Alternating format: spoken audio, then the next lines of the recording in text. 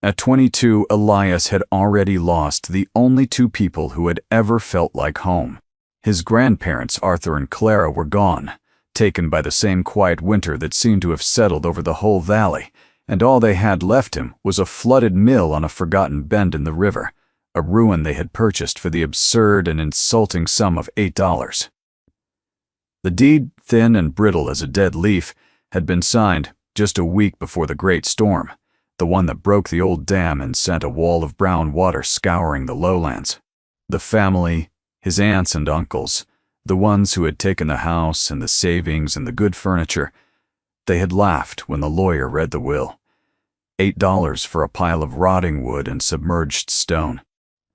They called it the final foolishness of a foolish old man, and they were glad to be rid of it and of him. But what nobody knew, what the laughing family and the circling developers and the gossiping town could not possibly have guessed, was what Arthur had built inside the mill before the flood. What he had measured and cut and sealed away in the dark, waiting for the water. What was hidden beneath the silt and the silence. That, though, comes later. First, there was the grief. A thing so vast and quiet it had its own weather system, its own low gray sky inside him. He felt like a house with all the windows broken out, the wind moving through him without resistance. His grandparents had been his shelter. Not a grand shelter, but a sturdy one, built of small, repeated kindnesses. Arthur, with his calloused hands that could fix anything from a cuckoo clock to a tractor engine, and Clara with her garden that seemed to produce tomatoes and wisdom in equal measure. They had raised him, after his own parents had vanished, into the blur of a life lived too fast and too far away. Arthur and Clara were slow. They were present. They were the fixed point in his small universe. Their final act had been the strangest. The old Blackwood mill had stood derelict for 50 years, a skeletal warning on the edge of the river. Its great wheel had been still for generations, its grinding stones furred with moss. The town considered it a hazard, an eyesore. Then, one Tuesday, Arthur had walked into the county clerk's office, laid 8 worn dollar bills on the counter, and bought the condemned property outright. The clerk, a man who had known Arthur his whole life, had tried to talk him out of it. He'd said, "Arthur, that place is a ghost. It's got a belly full of rust and rats." But Arthur had just nodded, his calm blue eyes betraying nothing. He had a way of being still that made other people's words run out. He signed the papers, folded the deed into his pocket, and walked out. That night, the storm warnings began. 2 days later, the river swelled its banks, and the valley held its breath.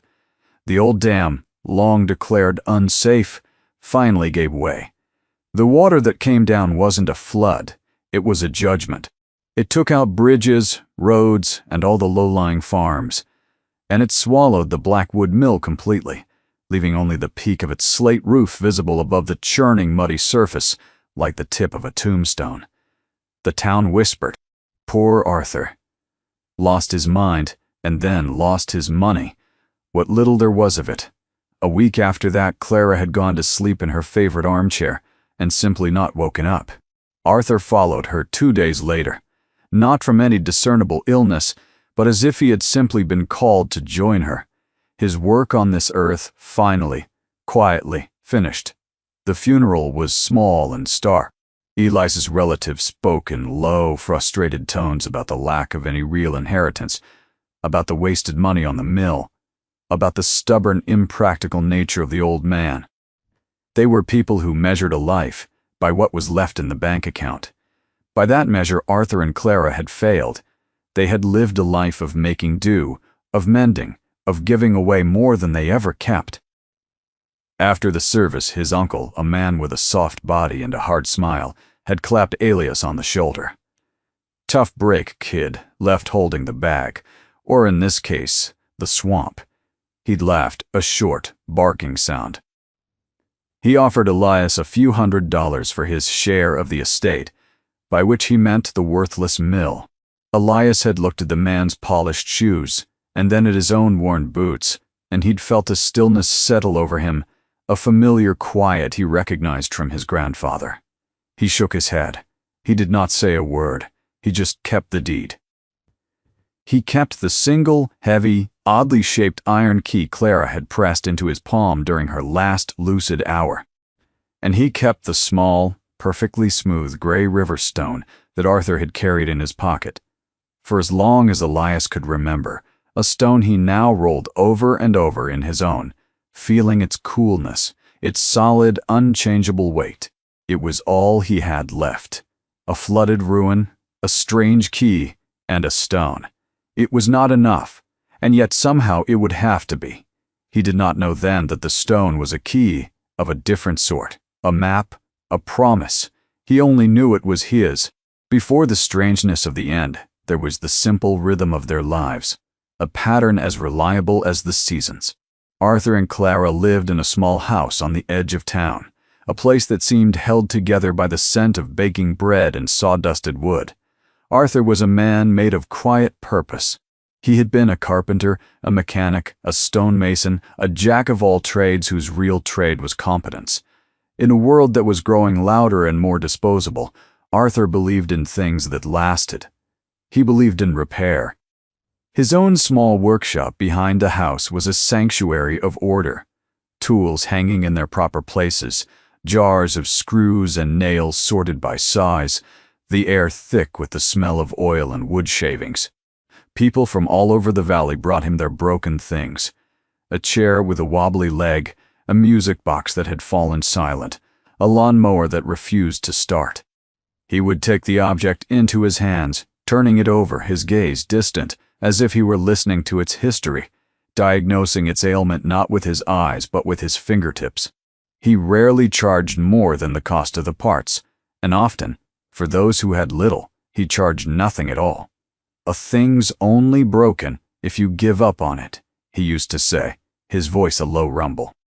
He applied it to machines, to furniture, and Elias always felt to people. Clara was the heart of the operation, the steady beat to his quiet hum. She tended a sprawling garden that fed them, and half their neighbors, its unruly rows of beans and squash, a testament to her belief in abundance.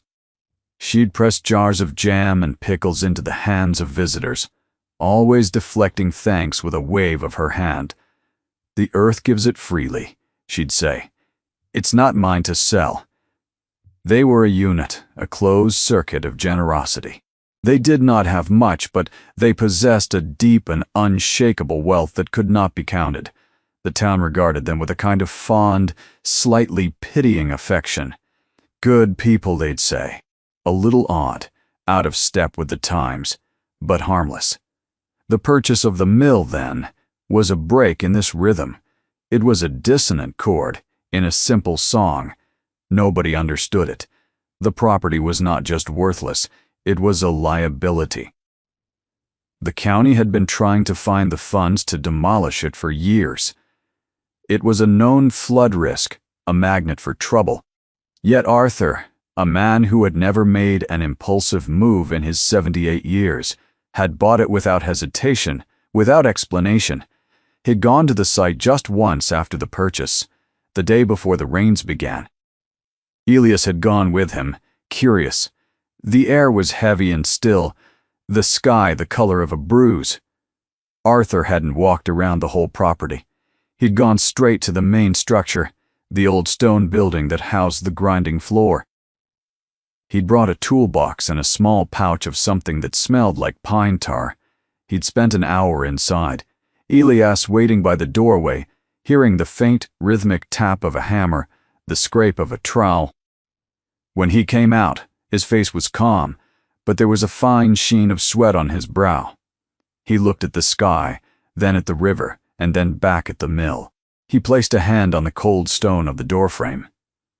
"There," he said to himself, more than to Elias. Paid in full. It made no sense. He had paid $8. On the drive home, he was silent. He just drove, his big scarred hand steady on the wheel.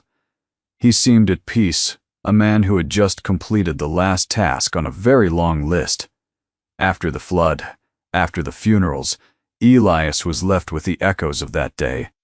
The words circled in his mind, He sat alone in his grandparents' now empty house, the silence pressing in.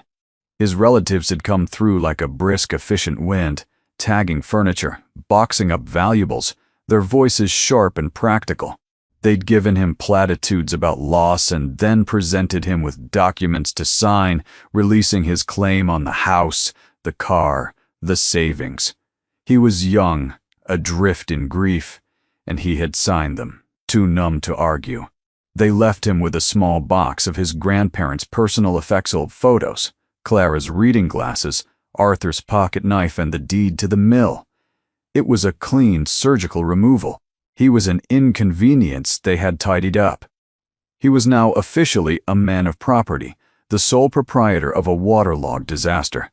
The laughter of his uncle echoed in the quiet house. He looked down at the key in his hand, its iron form strange and complex, not like any house key he had ever seen. He remembered Clara's thin, dry hand closing over his. "Arthur said you'd know which door it was for." Which door? The mill had a dozen rotting, splintered doors, most of them likely torn from their hinges by the flood. It was another piece of the puzzle, another bit of seeming nonsense from a man whose whole life had been about things that made sense, things that fit together perfectly. He held the key, the smooth river stone, and the deed. It felt like the beginning of a story he didn't know how to read. The man's name was Sterling. He arrived in a car that was too clean and too black for the muddy roads of the valley, its tires whispering on the gravel drive. He wore a suit that cost more than Arthur's truck, and his smile was a bright, polished thing that didn't reach his eyes. He introduced himself as a representative of a development group, a company that had, he explained, recently acquired most of the land along the riverfront. He spoke of progress, of revitalization, of a luxury fishing lodge and spa that would bring jobs and tourism to the struggling valley. He spread a glossy brochure on the hood of his car, a picture of a sleek, modern building superimposed over the familiar landscape. It looked like a spaceship landed in the wrong world. Elias just stood there on the porch of his grandparents' old house, which was now his uncle's house, feeling small and out of place. Sterling got to the point quickly. His company needed the last parcel to complete their holdings. The old mill. He said it with a little laugh, as if sharing a joke. A real eyesore, that thing. We'd be doing you a favor, honestly. We'll handle the demolition, the cleanup. A messy business. He named a price. $500. He said it with the magnanimous air of a king bestowing a great gift upon a peasant. For your trouble, he added, his smile tightening. $500 for 4 acres of riverfront land. It was theft, dressed up as charity. Elias looked at the man's shiny shoes, then at the brochure with its alien building, and he thought of Arthur's hands covered in grease and sawdust, the hands that had fixed his bicycle, that had taught him how to skip stones, that had built a life out of patience. He felt the smooth, cool weight of the river stone in his pocket. He shook his head. "No," he said. The word was quiet, but it was solid. Sterling's smile faltered for a fraction of a second. He seemed genuinely surprised, as if a piece of furniture had just spoken to him. "I'm sorry," he asked, his tone shifting from patronizing to irritated.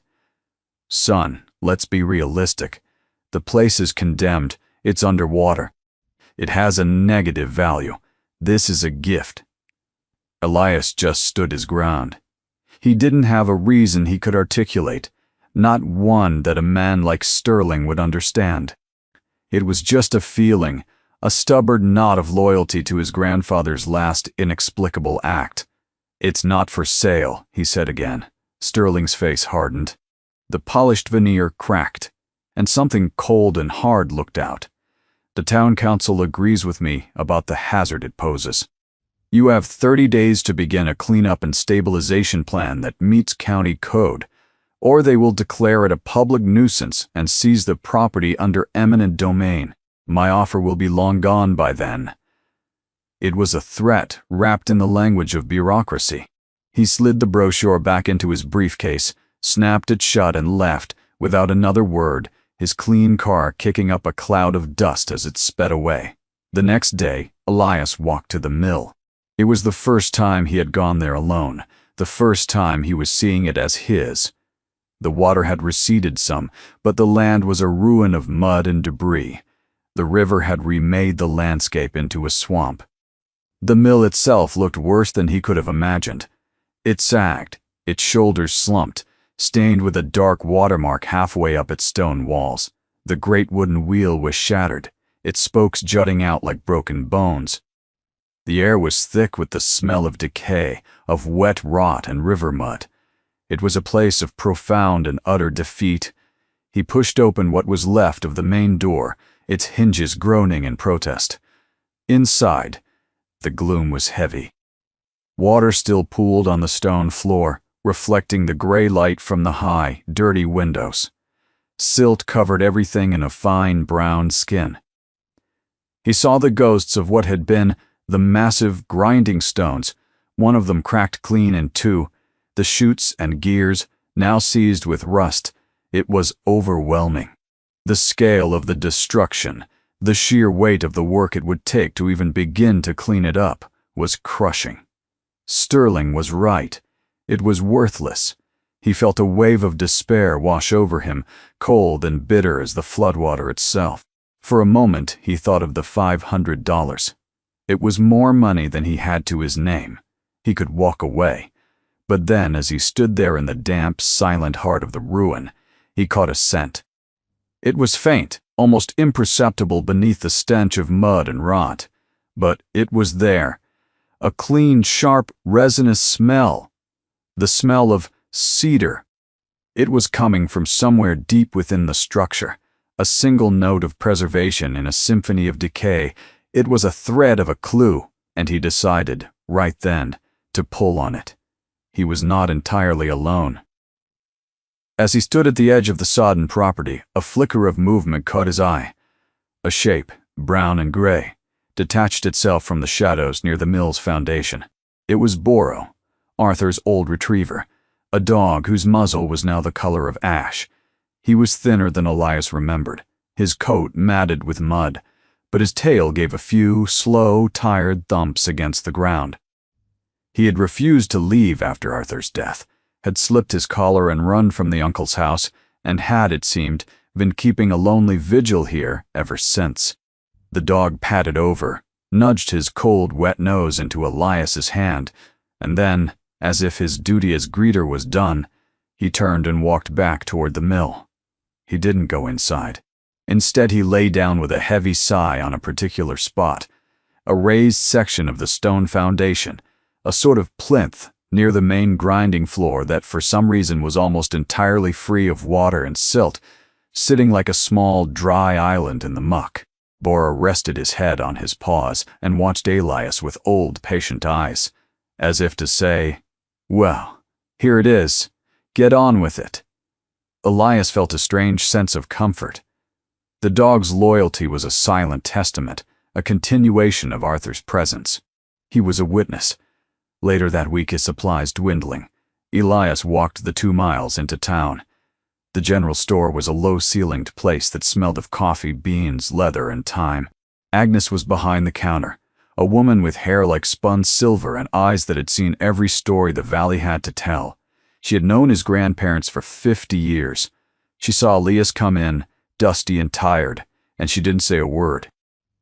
She just turned, pulled a canvas bag from under the counter, and began to fill it. A loaf of bread, a wedge of sharp cheese, a few apples, a can of stew.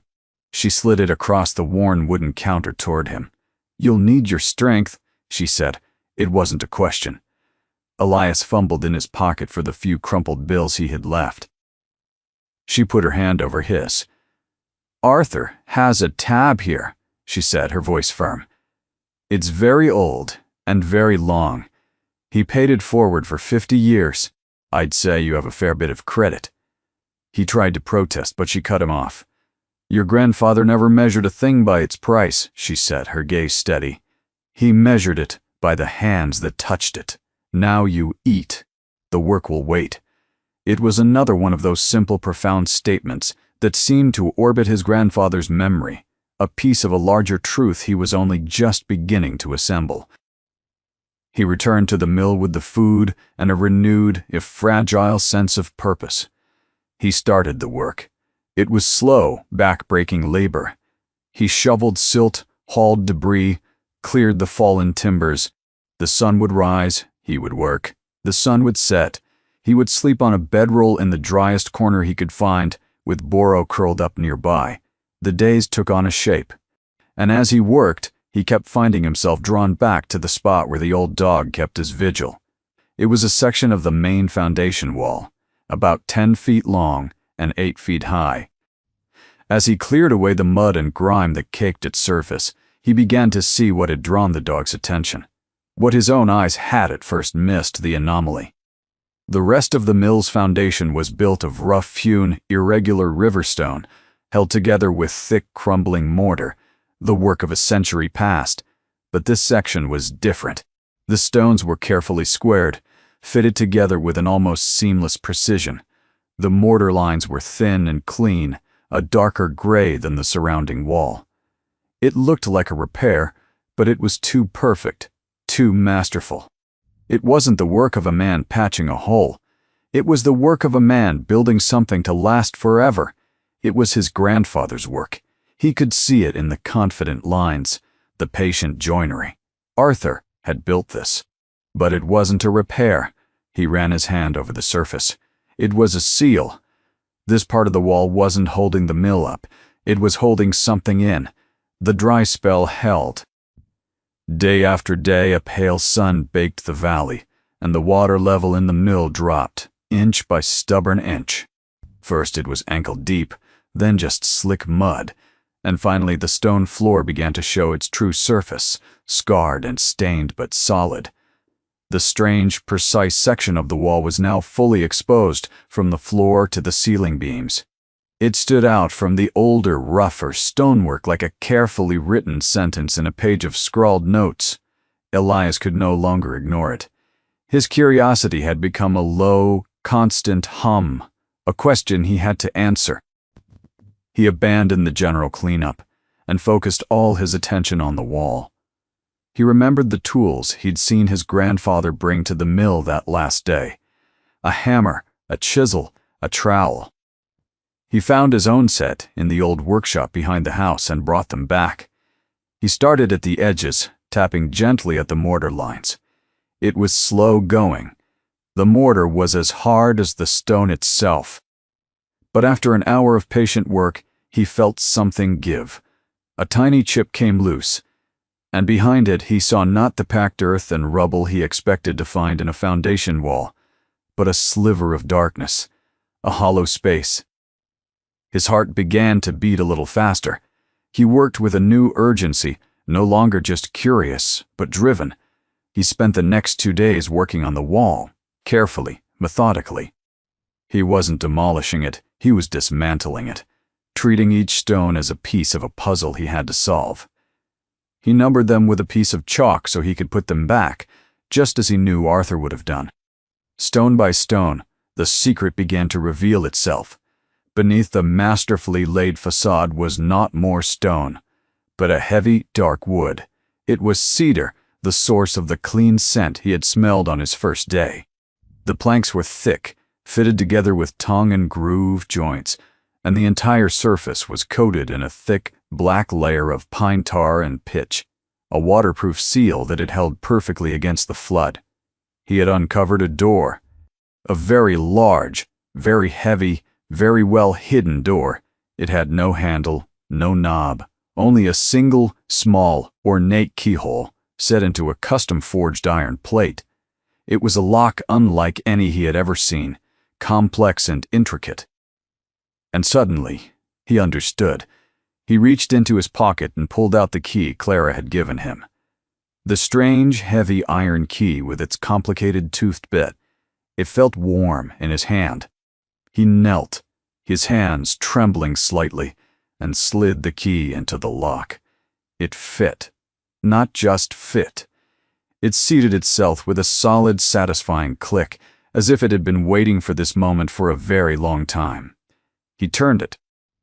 There was a deep, resonant clunk from within the wall as heavy tumblers shifted and a bolt withdrew. He put his shoulder to the door and pushed. It was heavy, but it moved, swinging inward on silent, perfectly oiled hinges into a space of absolute darkness. He fumbled for the old lantern he'd brought, struck a match, and lit the wick. He held it up and stepped across the threshold, out of the ruined mill and into another world. He was standing in a dry, perfectly ordered space.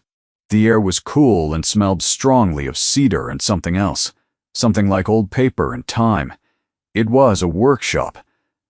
His grandfather's tools hung from a pegboard on one wall, clean and sharp and ready. A sturdy workbench stood against the other wall, a half-finished carving clamped in its vise. But it was the rest of the space that made him stop, made him catch his breath. The room was deep, far deeper than he had imagined, stretching back into the darkness. And it was filled, floor to ceiling, with shelves.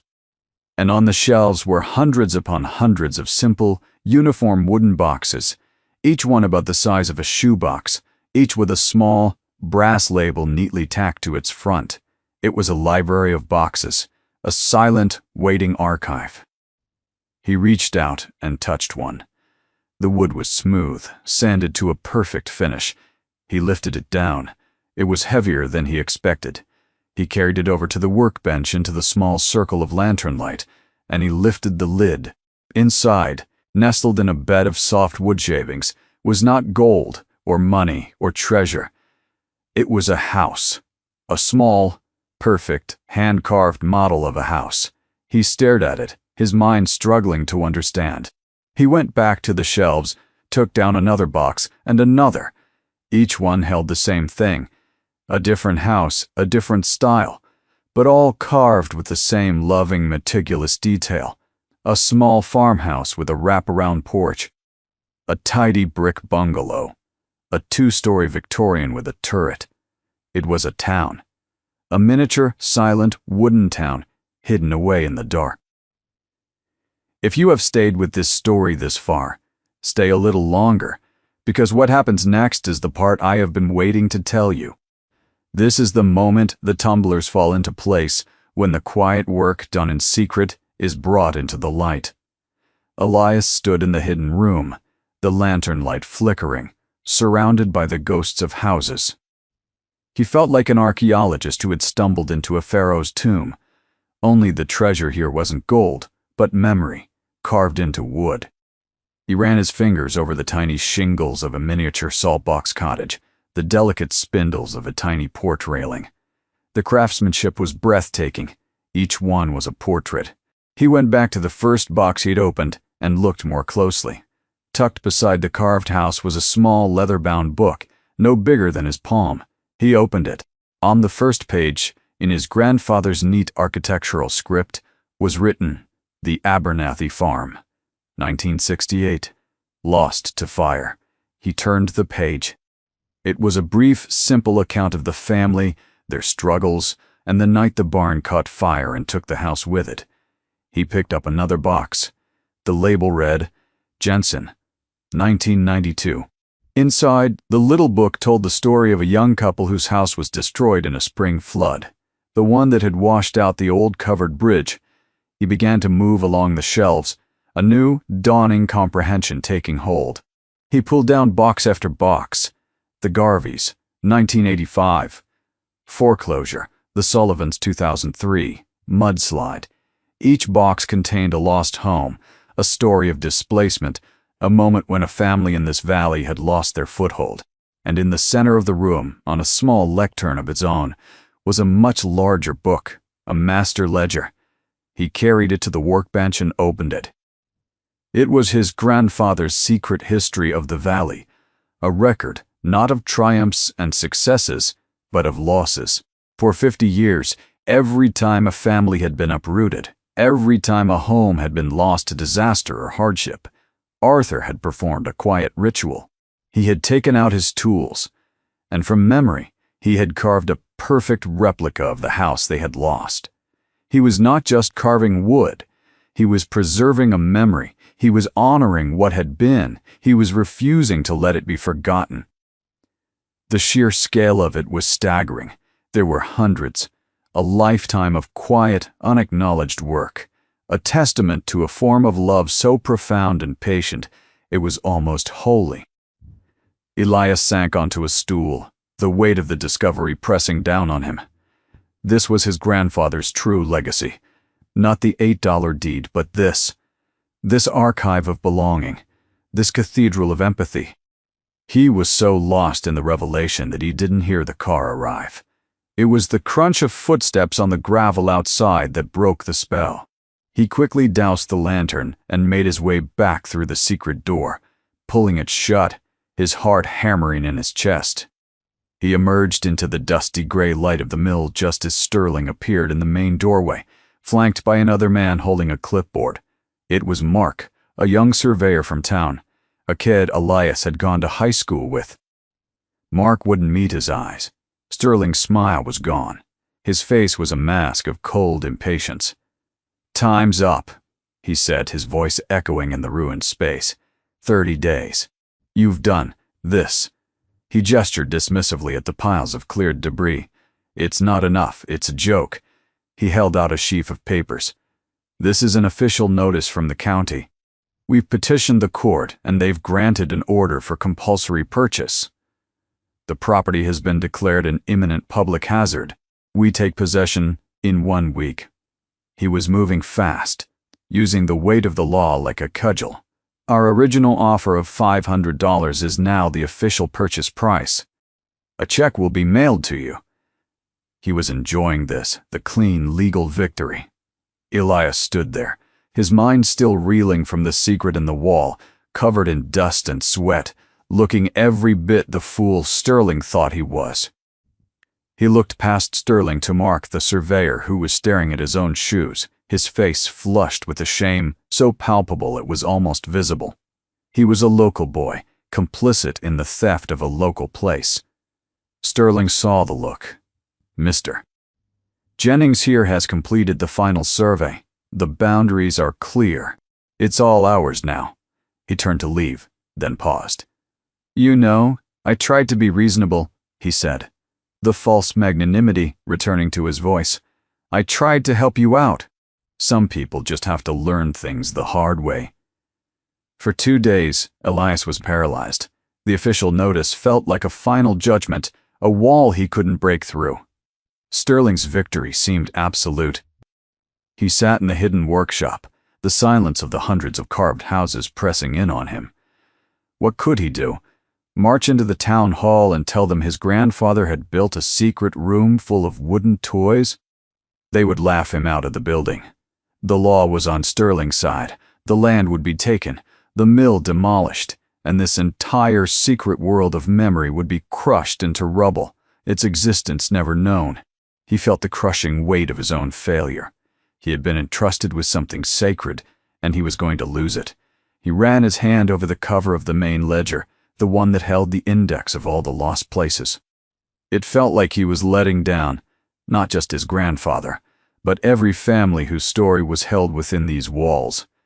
As he sat there in despair, his fingers traced the edge of the leather cover. He felt a thickness at the back, a slight bulge. He turned the heavy book over, tucked into a sleeve on the inside of the back cover. A sleeve he hadn't noticed before was a sealed manila envelope. On the front, in his grandfather's steady hand, was a single word, Elias. His breath caught in his throat. With trembling fingers, he broke the seal. It was a letter, several pages long, written on the same heavy, cream-colored paper as the entries in the small house books. It was a letter from the dead. "My dear Elias," it began, "if you are reading this, then you have found my life's real work, and I am sorry for the burden it places on you. But I knew if anyone could understand, it would be you. You always saw the world differently. You saw the value in things others threw away." He went on to explain everything. He had known for years that the old dam was failing. The county was too broke to fix it, and the state didn't care about a small, forgotten valley. He knew a flood was not a matter of if, but when. He couldn't save the valley, but He could save its memory. "So I bought the mill," he wrote. "The lowest point, the place the water was sure to find. It seemed like madness, I know, but I wasn't buying the ruin, son. I was buying the foundation. I was buying the stone." He described how he'd spent months secretly building the waterproof chamber, his ark, using the skills he'd honed over a lifetime to create a space that could withstand the water. His purchase of the mill wasn't a final act of foolishness. It was the culmination of his life's purpose. "They can take a house," Arthur wrote, the words hitting Elias with the force of a revelation. "They can take the land, the fields, the fences, but they can't take the shape of it from memory. A place isn't the dirt, son. It's the people who remember it. It's the stories that anchor them to the ground. This room is an anchor for the whole valley." The letter explained that the choice was now his. He could let Sterling win. He could let the anchor be dredged up and discarded, or he could fight. But the letter didn't end there. There was one more secret, one final brilliant move from the quiet old carpenter. "I did more than just carve their shapes," he wrote. "Over the years, as families moved away, broken by their loss, many of them left me their deeds. Others whose land was taken by the banks for pennies on the dollar, I bought at auction when no one else would. I never recorded them under my name. I just held them, not as an owner, but as a keeper, a custodian. Look inside the houses, Elias. The real value isn't the wood, it's the paper." Elias stared at the letter, his mind racing. He turned to the nearest carved house on the workbench, the Abernathy farm. He picked it up. It was heavier than it should be. He examined it closely. The base was a separate piece of wood fitted perfectly. He found the seam and pried it open. Inside, nestled in a hollowed-out space, was a folded yellow document. The original hand-signed deed to the Abernathy farm, free and clear. Arthur hadn't just built a museum of memories. He had built an armory. The town hall was packed, the air stuffy and tense. It was a special meeting of the council, called to finalize the transfer of the Blackwood Mill property. Sterling was at the front of the room, standing beside a large easel holding an architectural rendering of his gleaming resort. He was in his element, his voice smooth and confident as he spoke of economic benefits and tax revenues. He painted a picture of a prosperous future, a future that required the swift and efficient removal of the past, specifically the dangerous and unsightly ruin on the riverbank. The council members, a panel of tired-looking local business owners, nodded along, their minds clearly already made up. The deal was done. This was just the public rubber stamping. As Sterling was wrapping up his presentation, the main doors at the back of the hall creaked open. Every head turned. It was Elias. He was no longer the dusty, defeated boy from the mill. He was clean, his hair was combed, and he wore his grandfather's old, respectable tweed jacket. But it wasn't his appearance that silenced the room. It was what he was pushing in front of him, an old, sturdy wheelbarrow, its iron wheel groaning under a heavy load. It was filled to the brim with Arthur's carved houses. He pushed the wheelbarrow down the central aisle, the sound echoing in the sudden, deep silence. He stopped directly in front of the council's table, right beside Sterling's glossy presentation. He didn't say a word. He just began to unload the houses, placing them one by one on the long oak table, arranging them in neat rows. The Abernathy farm, the Jensen bungalow, the Garvey salt box. A whole, silent, wooden town emerged, a stark and beautiful contrast to Sterling's sterile digital rendering. Sterling stared, a flicker of confusion crossing his face. Then annoyance. The mayor cleared his throat. "Mr.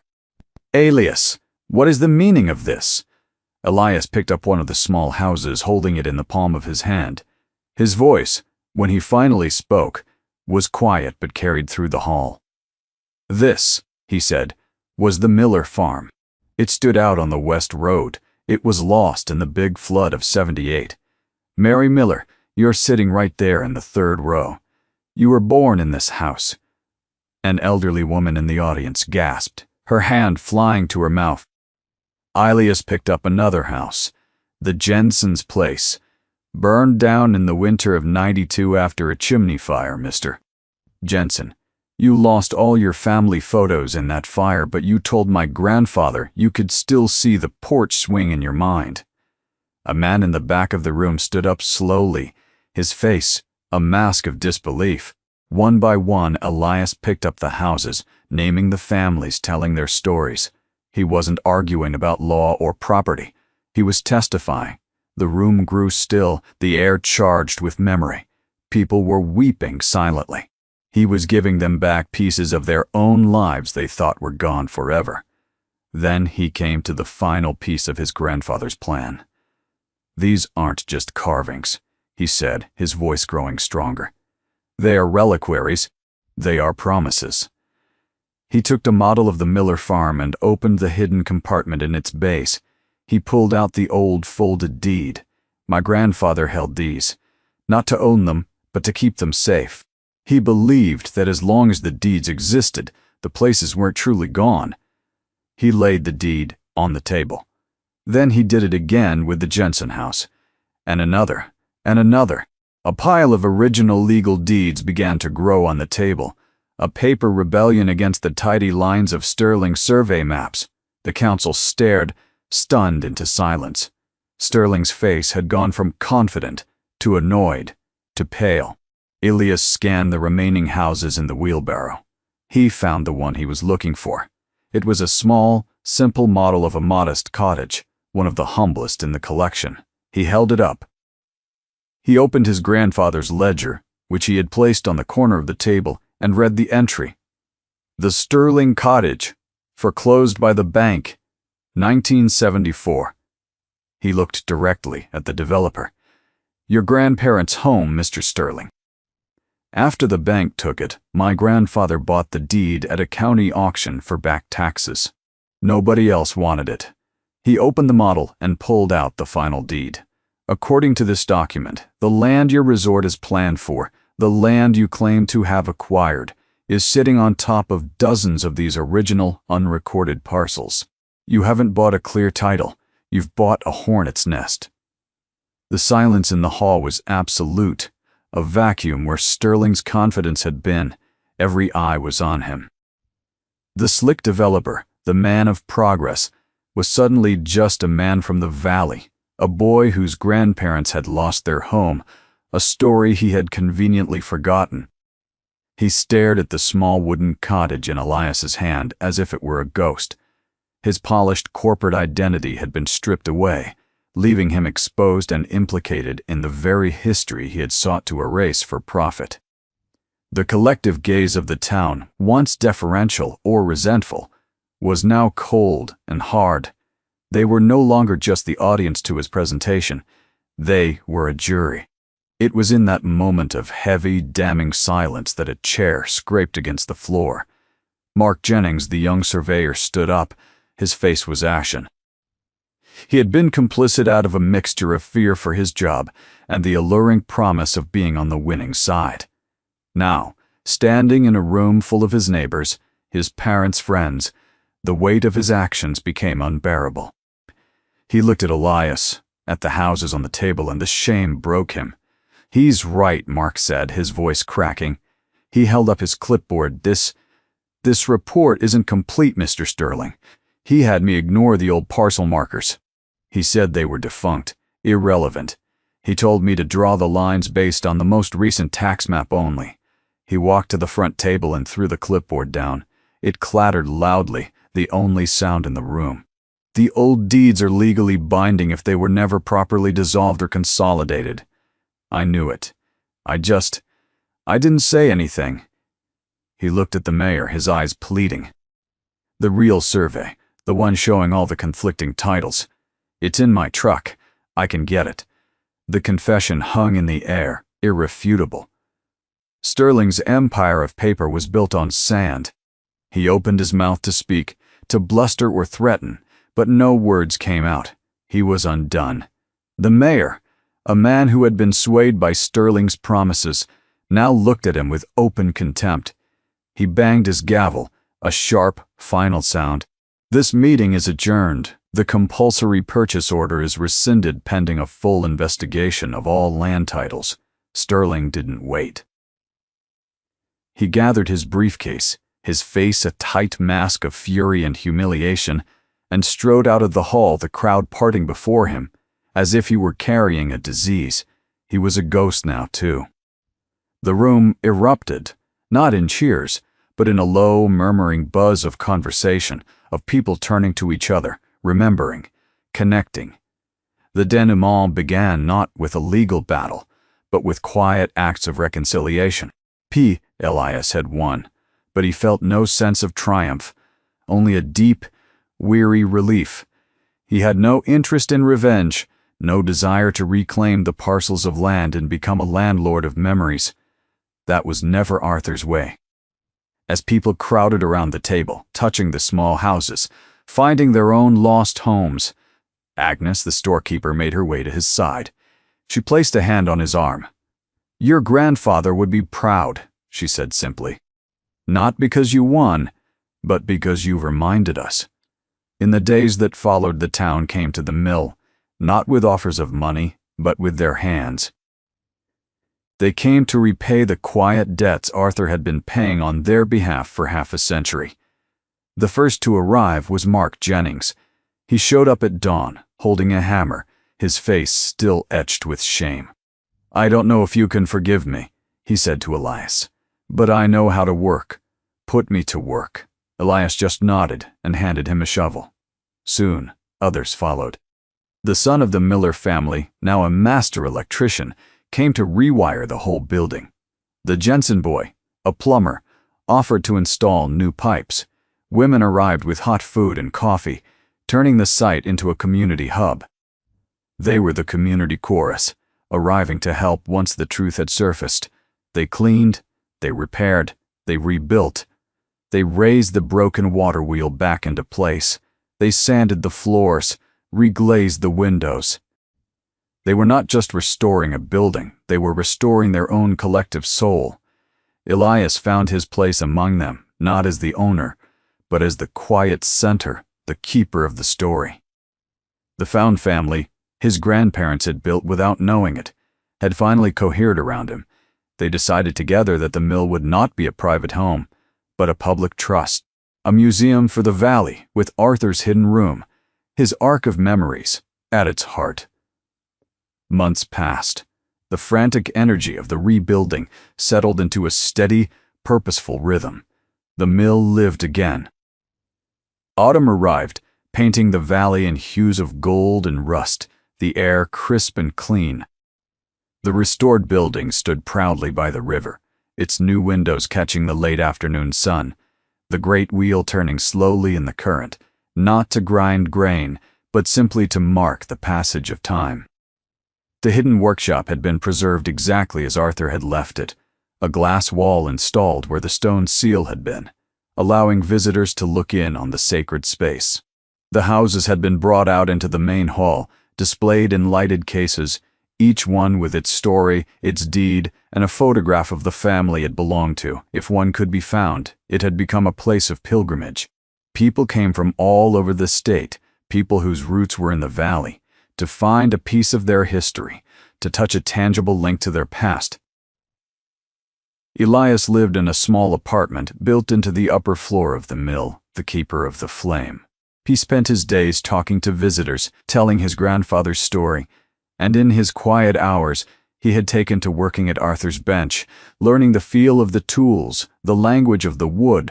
One cool Saturday afternoon he was outside, sitting on a bench by the river, sanding a small, rough-cut block of pine, trying to find the shape of a bird within it. The old dog, Boro, now plump and content, dozed at his feet. A car he didn't recognize pulled into the gravel lot, sputtering and backfiring before rolling to a silent stop. A young couple and their small daughter got out, the man looking with frustration at the steam rising from under the hood. They were tourists, lost and stranded. Elias watched them for a moment, then put down his carving and walked over. He didn't say much. He just looked under the hood, saw the simple problem, a loose fan belt, and went to his workshop for a wrench. In 5 minutes, it was fixed. The young father was effusive with gratitude, pulling out his wallet, insisting on paying. Elias just shook his head, a gesture he had learned from his grandfather. He wiped his greasy hands on a rag. As the family was getting back into their car, the little girl, who couldn't have been more than 5, dropped the small doll she was clutching. It fell into the dust. Elias bent down, picked it up, and gently brushed it off before handing it back to her. Then, on an impulse, he reached into his pocket and pulled out the little bird he had been carving. It wasn't perfect, its lines still a bit clumsy, but it was smooth and warm from his hand. He gave it to the child. Her parents protested, trying again to offer him money. He just smiled, a real smile, one that reached his eyes. "A thing's only broken if you give up on it," he said, the words feeling not like an echo but like his own. They finally understood. They thanked him again, their gratitude now something deeper than a simple transaction, and drove away. Elias stood by the mill door with Boro at his side, watching the car's tail lights fade down the long country road. The sun was setting, its last rays bathing the valley in a soft, forgiving light. The legacy was alive. The work continued. Yeah, maybe I'll just extend that out. That's good. I like that. I still need to figure out if I'm going to put a roof or not. I kind of don't want to, even though aesthetically it might look really nice. Just because it kind of messes the camera a little bit.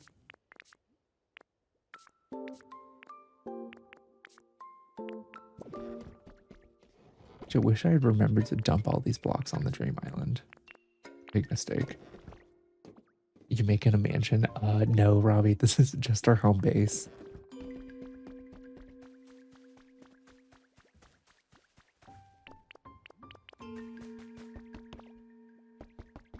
Essentially, so like this is our house area, right? Which I'll like decorate more and stuff like that. But I'm gonna turn this into like a crafting, like kind of like center.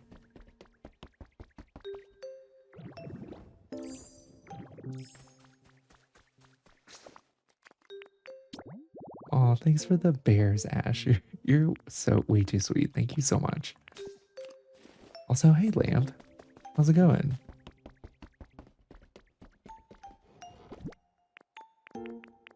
Do we have a pencil cup? I think I do need one of these trash bags though.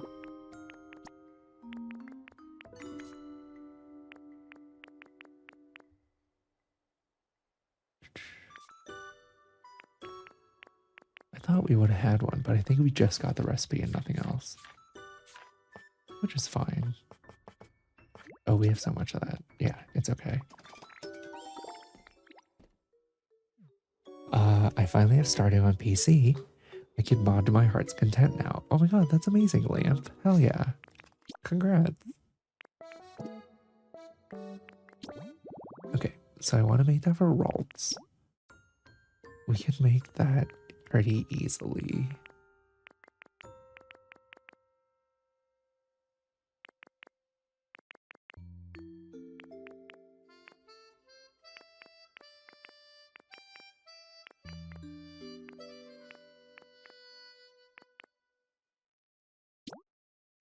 Tree-shaded graceful flower bed. Oh, apparently we don't have that. Huh. And a spooky study.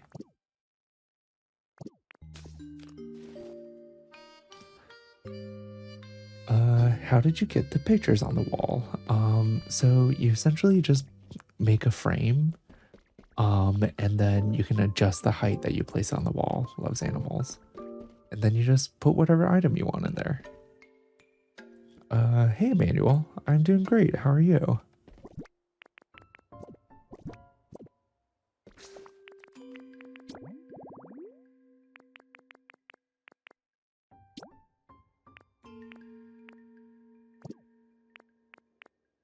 Light up stage.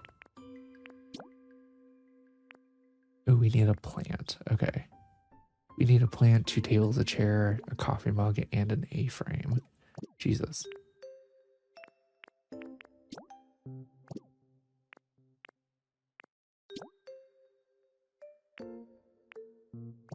Okay. God, there's so many things we haven't made yet.